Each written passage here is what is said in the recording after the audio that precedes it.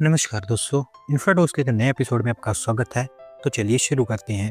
पहली खबर की शुरुआत करते हैं तमिलनाडु से, जहां पर दोस्तों वेल्लोर के अंदर एक मिनी टाइडल पार्क भी बनकर तैयार हो चुका है और तमिलनाडु के सीएम के द्वारा इसको वर्चुअली इनॉग्रेट करते हुए कमर्शियल यूज के लिए ओपन किया गया है। तो दोस्तों ये फैसिलिटी स्पेसिफिकली अब्दुल्लापुरम में बनकर तैयार हुई है, जो वेल्लोर के अंदर ही है।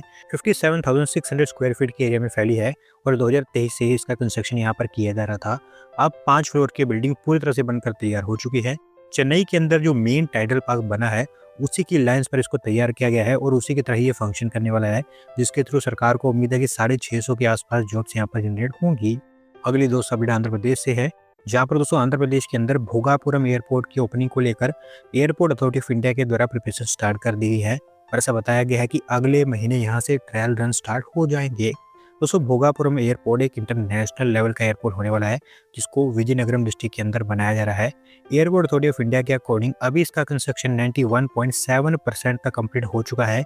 मेजोरिटी ऑफ द यहाँ पर जो कंस्ट्रक्शन वर्क्स थे वो ऑलमोस्ट एडवांस स्टेजेस में है, जो अगले कुछ ही महीनों के अंदर अंदर काफ़ी इजीली कंप्लीट कर दी जाएंगी। टैक्सीवेज और रनवेज जैसी जो चीज़ें हैं वो तो कंप्लीट यहाँ पर हो ही चुकी हैं और उसी के चलते ही अगले महीने यहाँ पर ट्रायल स्टार्ट हो पाएंगी। ओवरऑल आप कह सकते हैं कि 3-4 महीने के अंदर अंदर एयरपोर्ट इजीली ओपन हो सकता है। अगली दो अपडेट हमारी रेलवेज की तरफ से है, जहां पर दोस्तों रेलवेज ने ईस्ट कोस्ट रेलवे जोन के अंदर अभी एक और गति शक्ति कार्गो टर्मिनल सेटअप कर दिया है और ये उड़ीसा के जाजपुर डिस्ट्रिक्ट के अंदर जाकुपुरा लोकेलिटी में बनकर तैयार हुआ है। तो दोस्तों ये गति शक्ति कार्गो टर्मिनल DFCCL के हिस्सा होने वाला है, जो कि 4 अलग अलग रेल लाइंस को हैंडल करेगा। इसके थ्रू खोर्धा रेल डिवीजन में सीमेंट, क्लिंकर, स्लैग और जिप्सम जैसी जो कमोडिटीज हैं उनको काफी इजीली ट्रांसपोर्ट किया जा सकेगा।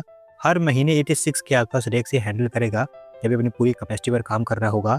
कुल मिलाकर 36.85 करोड़ रुपीस यहाँ पर खर्च किए गए हैं और ओवरऑल इसके चलते आपको freight transportation East Coast Railway zone में और इम्प्रूव होता हुआ दिखाई देगा। अगली दोस्त अपडेट कर्नाटका से है, जहाँ पर दोस्तों कर्नाटका मैरीटाइम बोर्ड को 4,500 करोड़ रुपीस के ओवर इन्वेस्टमेंट प्रपोजल रिसीव हो चुके हैं और इसके लिए उन्होंने अलग अलग स्टेक होल्डर्स के साथ में MOU साइन किए हैं। दोस्तों अगर आपको मैं थोड़ा सा डिटेल में बताऊं तो 4,500 करोड़ में से सबसे बड़ा प्रपोजल 4,118 करोड़ रुपीस का एक नई डी वाटर ग्रीनफील्ड पोर्ट को लेकर है, जो कि उत्तर कन्नड़ डिस्ट्रिक्ट के अंदर किंग में बनकर तैयार होगी। काफी लंबे समय से इसको बनाने की प्लानिंग की जा रही है। अब यहाँ पर काम आगे बढ़ता हुआ दिखाई दे रहा है। JSW इंफ्रास्ट्रक्चर के द्वारा इसको बनाया जाएगा और एक ऑल वेदर पोर्ट भी होगी। एक MOU कोनकर रेलवे के साथ में भी साइन किया गया है, जो हम दिल्ली के अंदर एक नई रेल स्लाइडिंग को सेटअप करेंगे। 45.88 करोड़ रुपीस इसके ऊपर भी खर्च की जाएंगी। एक MOU inland waterways authority of India के साथ में भी साइन किया गया है, जो 300 करोड़ रुपीस की इन्वेस्टमेंट करेंगे कर्नाटका के अंदर स्पेसिफिकली कोस्टल रीजन में वाटरवेज के डेवलपमेंट को लेकर। साथ साथ 12 करोड़ रुपीस फिश प्रोसेसिंग और स्टोरेज के लिए भी यहाँ पर अप्रूव किए गए हैं। अगली दोस्त अपडेट JSW ग्रुप को लेकर ही है, जो अभी जापानीज और साउथ कोरियन कंपनीज के साथ में बातचीत कर रहे हैं बैटरी सेल्स की मैन्युफैक्चरिंग को लेकर और इसके थ्रू उनकी कोशिश है कि उनके साथ एक ज्वाइंट वेंचर फॉर्म करके भारत के अंदर बैटरी सेल्स की मैन्युफैक्चरिंग स्टार्ट की जाए। दोस्तों JSW ग्रुप लंबे समय से प्लानिंग कर रहा है कि वो उनके बिजनेस को डाइवर्सिफाई करें, जहां पर कई सारे अलग अलग सेक्टर्स में वो उनके हाथ आजमा रहे हैं। अभी फिलहाल इलेक्ट्रिक व्हीकल्स और बैटरी मैन्युफैक्चरिंग ये इनकी मेन टॉप प्रायोरिटी है, क्योंकि कार्स की मैन्युफैक्चरिंग को लेकर MG मोटर्स के साथ में ऑलरेडी टाइप कर चुके हैं और अभी बैटरी सेल्स की मैन्युफैक्चरिंग को लेकर ये जापानीज और साउथ कोरियन पार्टनर्स को एक्सप्लोर कर रहे हैं। टेक्नोलॉजी ट्रांसफर वगैरह यहाँ पर टारगेट कर रहे हैं कि टेक्नोलॉजी यहाँ पर इनको मिल जाए, ताकि भारत के अंदर काफ़ी इजीली और काफ़ी स्मूथली बैटरी सेल्स को मैन्युफैक्चर कर पाएँ। जब भी किसी कंपनी के साथ में टाई अप करते हैं तो काफ़ी हाई चांसेस है कि महाराष्ट्र के अंदर ही बैटरी सेल्स की मैन्युफैक्चरिंग ये करेंगे। अगली दोस्तों अपडेट रोड कंस्ट्रक्शन को लेकर है, जहाँ पर दोस्तों हमारी road transport and highway ministry के द्वारा कॉम्प्रीहेंसिव गाइडलाइंस इशू कर दी गई हैं सर्विस रोड्स के कंस्ट्रक्शन और मेंटेनेंस को लेकर। और फाइनली अभी आप कह सकते हैं कि सर्विस रोड्स की ड्यूरेबिलिटी को लेकर हमारी मिनिस्ट्री के द्वारा कोई ठोस कदम उठाया गया है।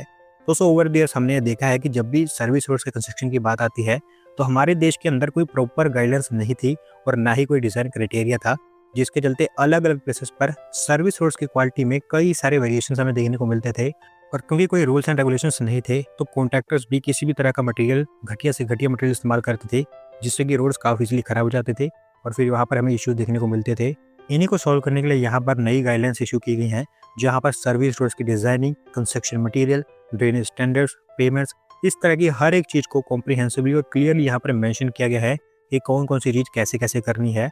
होपफुली इसके चलते हमें चीज़ें इंप्रूव होती हुई दिखाई देंगी।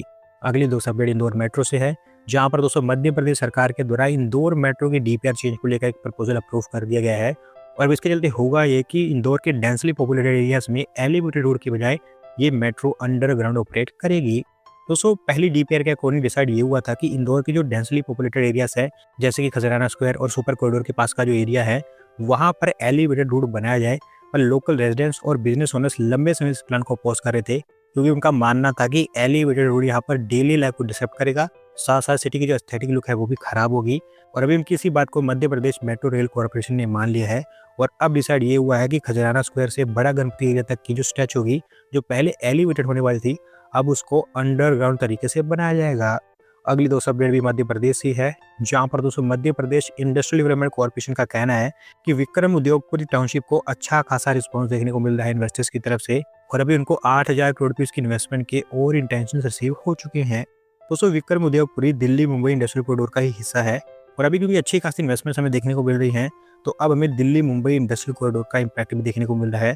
धीरे धीरे शेप ले रहा है, क्योंकि auric city, Dholera, IITGN greater Noida, इस तरह की सिटीज में ऑलरेडी अच्छी खासी इन्वेस्टमेंट्स आ रही थी, और अब उसमें विक्रम उद्योगपुरी का भी नाम शामिल हो चुका है। MPIDC का कहना है कि 35 अलग अलग इंडस्ट्रीज और अलग अलग सेक्टर से यहाँ पर प्रपोजल दिए हुए हैं, जिन्होंने कुल मिलाकर 800 एकड़ ऑफ लैंड डिमांड की है विक्रम उद्योगपुरी में, और कमिट किया है कि वो 8,000 करोड़ रुपए से ऊपर की यहाँ पर इन्वेस्टमेंट करेंगे। उम्मीद ये है कि इन प्लान्स को मटेरियलाइज कर पाएंगे।